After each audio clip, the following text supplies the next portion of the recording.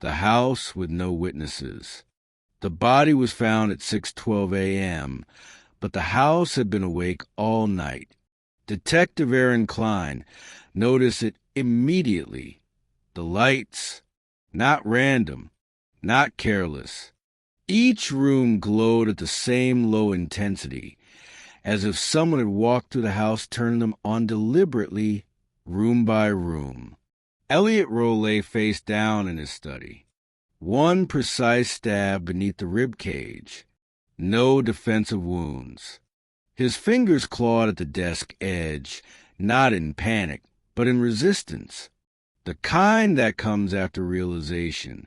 The notebook on the desk lay open.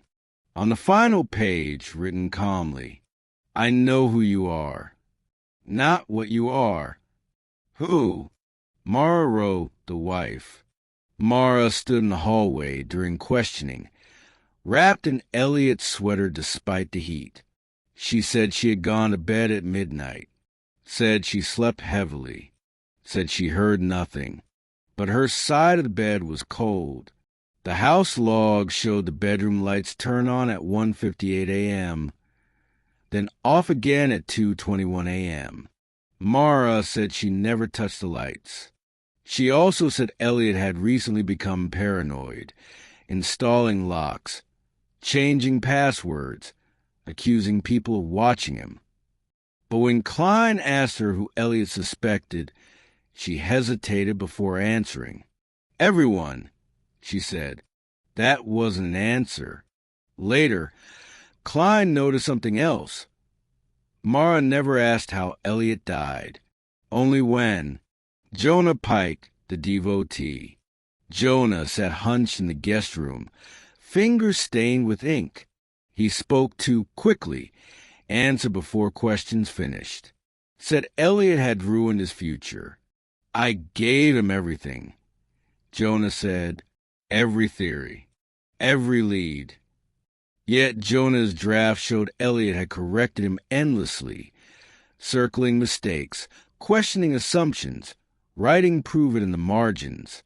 Jonah had scratches on his arm. He said they were from pacing, from stress, from nerves.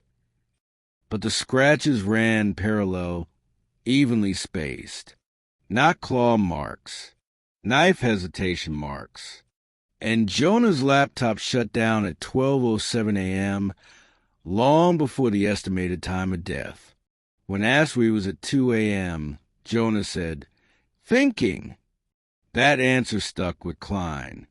Clara Hensley, the gatekeeper.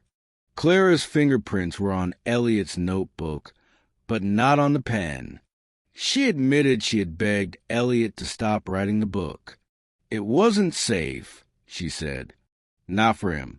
Not for anyone. She claimed she left at 1:30 a.m., but the driveway camera showed her car still there at 3:04 a.m. Clara said the camera must have glitched. Yet the same camera recorded a single light turning on in the study at 2:09 a.m. That light switch was behind Elliot's desk. Only someone familiar with the room would know it existed. Clara edited crime for a living. She knew how stories ended. Daniel Cross, the mirror. Daniel Cross showed no visible emotion, no fear, no anger, no guilt. When told Elliot was dead, he nodded once. He always believed consequences were inevitable, Daniel said. Daniel admitted Elliot had confronted him that night. Said he thought I was someone else, Daniel explained. Said he'd made a mistake.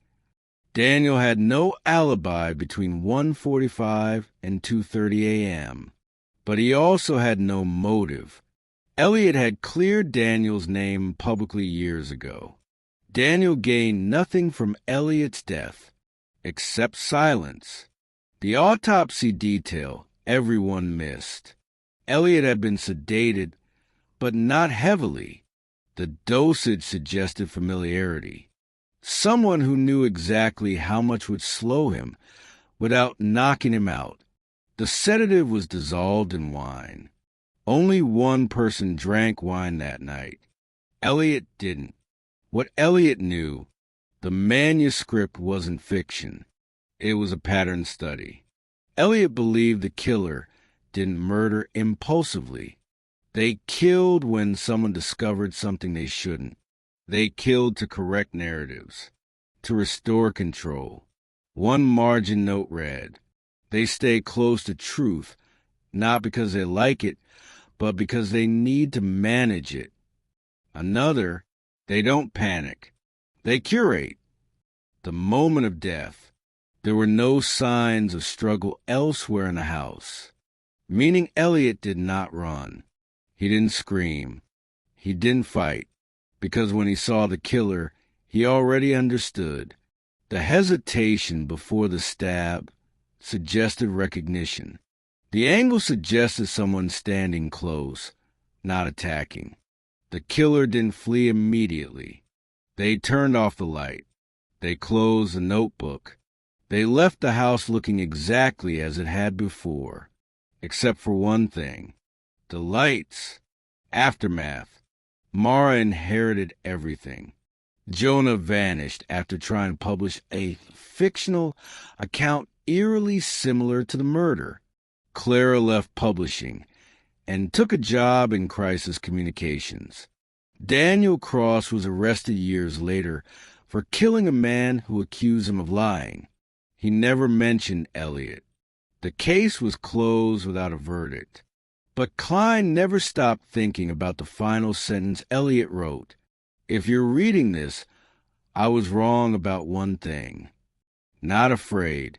Regretful. Hidden clue map. Here's what sharp audience members can piece together. Small blue diamond the lights.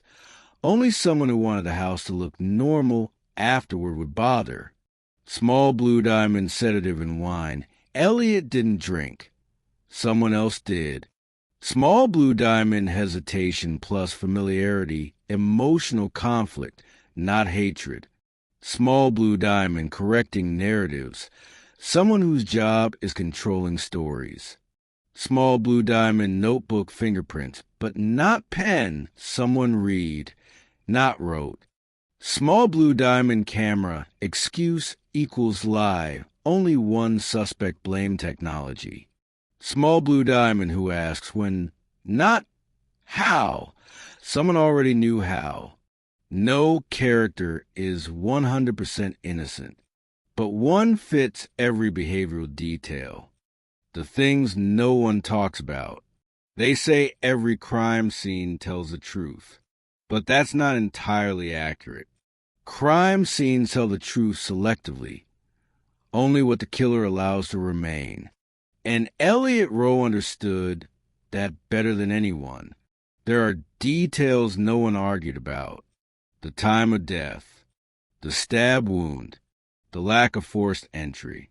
But there were other details, quiet ones, that never made it into the final report, like the wine glass. Only one glass was found in the sink, rinsed, not washed. Just enough to remove fingerprints, not enough to look deliberate.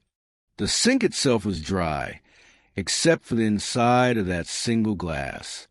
Elliot didn't drink wine, and whoever did never poured a second glass, which means they weren't sharing a moment.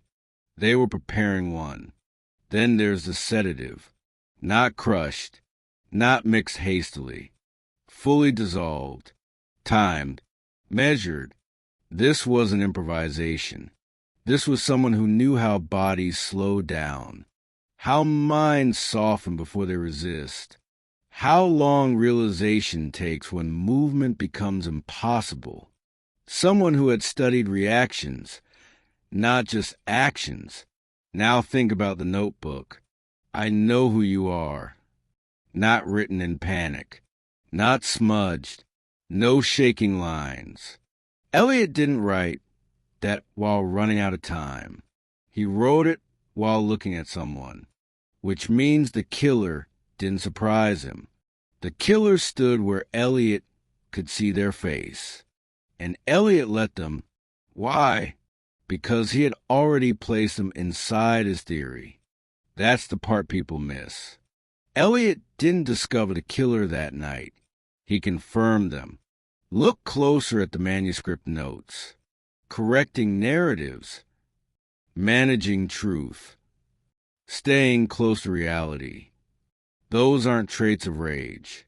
They're traits of control, of someone whose power comes not from violence, but from deciding how things are understood after violence occurs. Someone who knows that the right story is more important than the right answer. Now think about what happened after Elliot died. One person gained money.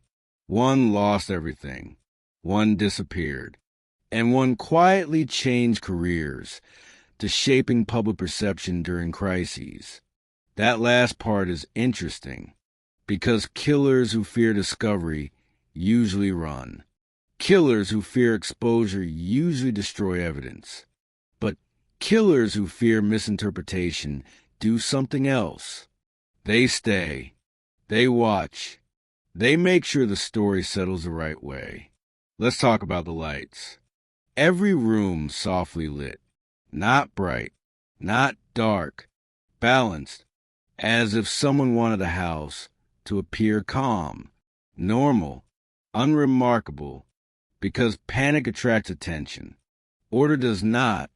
Someone walked through that house after the murder, not to search, not to escape, but to restore symmetry. That takes time, and confidence, and the belief that no one would stop them. Finally, consider this. Elliot believed knowing the killer would save him. But what if Elliot was wrong? What if knowing the killer was the reason he died? Not because the killer panicked, but because Elliot understood them too well. Because he saw not just what they'd done, but who they needed to be afterward. And that kind of understanding, that's dangerous. So here's the real question. Not who killed Elliot Rowe, but who benefited most from the story remaining unclear, who walked away not suspected enough, who fits every detail, but never fully steps into the light. If you think you know the answer, rewatch the story. Listen again to what's said casually. Notice what's never denied. And ask yourself, if you were the killer, would you want to be caught? Or would you want everyone arguing forever while you quietly moved on